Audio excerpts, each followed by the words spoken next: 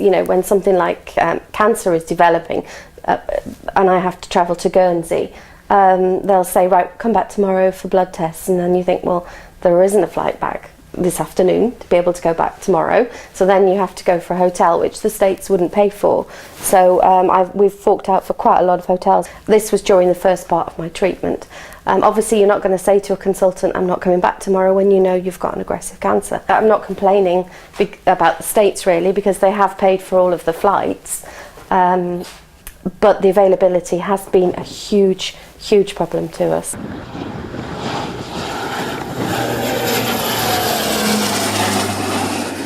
The Dorniers that they've purchased, which we thought, oh yes, it's going to be our salvation. They're bigger, they're faster, they're more comfortable. You know, you've got an aisle and there's seats.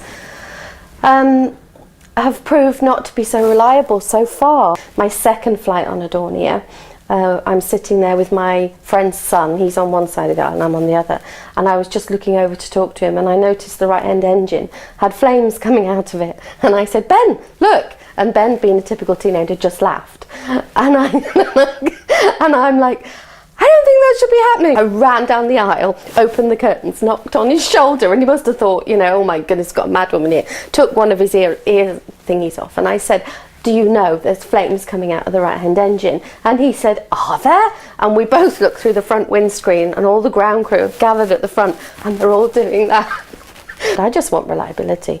That's all I need. And the flights to Southampton have been cut down. I think there's only 3 a day now. When we first arrived on the island, there were more than that, and that was a problem. I've got to go the day before my treatment and pay for a hotel again to be able to get there for 9 o'clock. We went to a meeting about Aurigny, and Mark Darby was there, and he mentioned that the Alderney route didn't make money.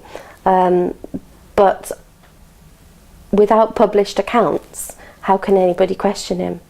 And there aren't published accounts, and that is what I would really dearly love to see. Have they bought the right planes? I would question that one myself. Don't know much about it. I just know that the Dorniers have not proved to be reliable so far.